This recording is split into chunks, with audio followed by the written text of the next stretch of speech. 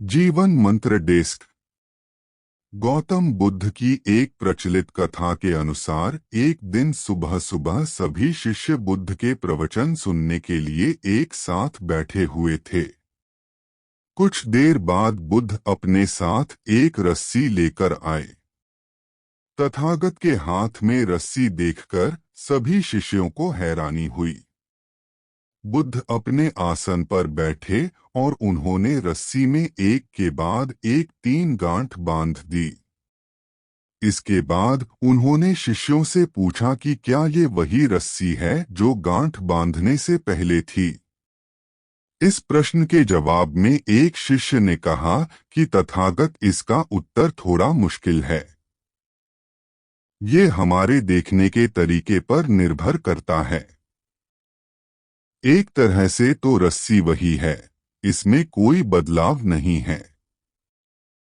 एक अन्य शिष्य ने कहा कि अब इसमें 3 गांठें लगी हुई हैं, जो कि पहले रस्सी में नहीं थीं। इसे बदला हुआ भी कह सकते हैं। कुछ शिष्यों ने कहा कि वास्तव में मूल रूप से रस्सी वही है, लेकिन बदली हुई दिख है, लेकिन इसका मूल स्वरूप बदला नहीं है।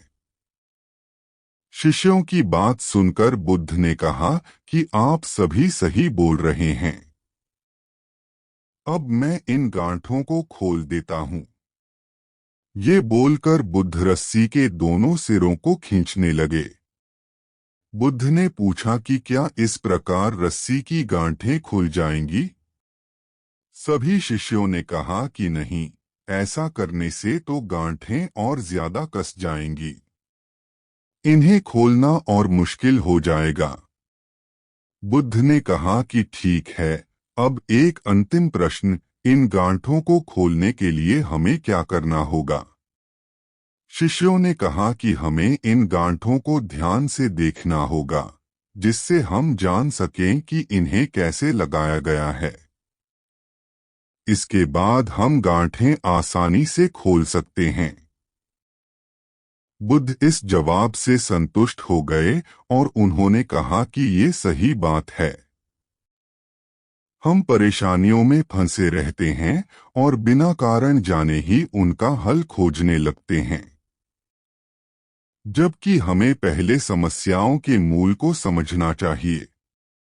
जब समस्याओं की वजह समझ आ जाएगी तो उन्हें सुलझाना बहुत ही आसान हो सकता है।